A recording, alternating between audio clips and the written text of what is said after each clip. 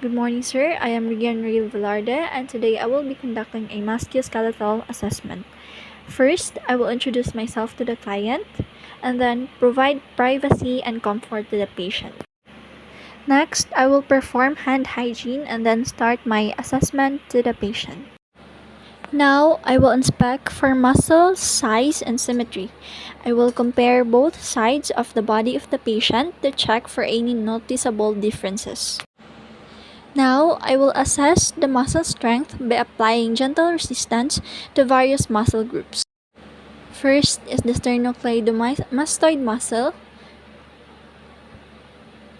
Next is the trapezius muscle. Next is the deltoid muscle.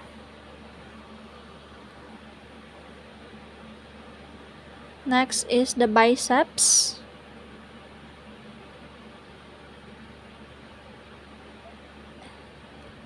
The triceps muscles. The muscles in the wrist and fingers. And the grip strength of the patient.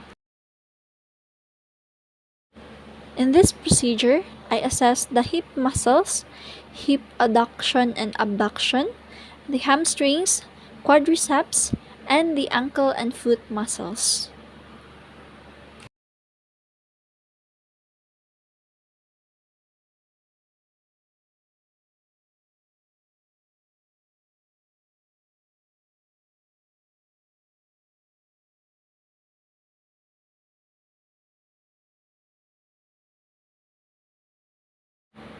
Now I will palpate the bones to check for areas of swelling or tenderness.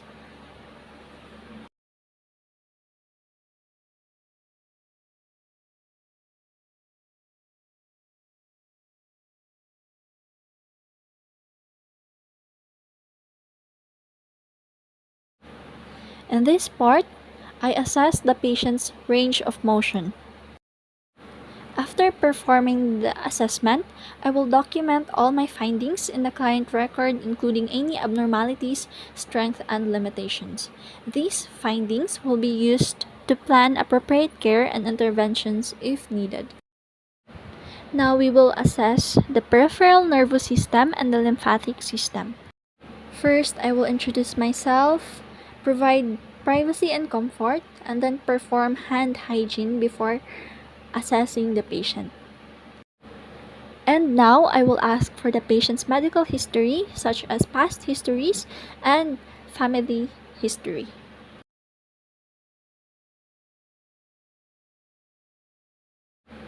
Starting with the assessment, I will palpate the peripheral pulses on both sides of the client's body individually, simultaneously and systematically to determine the symmetry of pulse volume.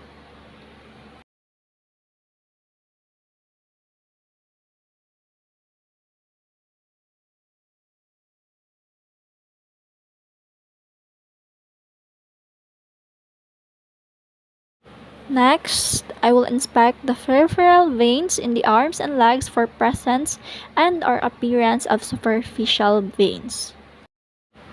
Next, I will inspect the skin of the hands and feet for color, temperature, edema, and skin changes.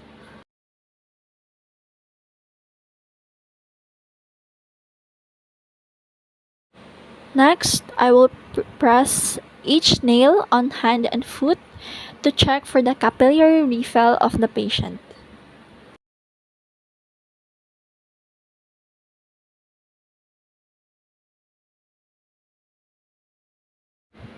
In this part, I will inspect the lymph node of the patient. I will also palpate the nodes, starting in the preauricular. Next is the submandibular, the cervical, supraclavicular, axillary, and lastly the inguinal and pelvic nodes.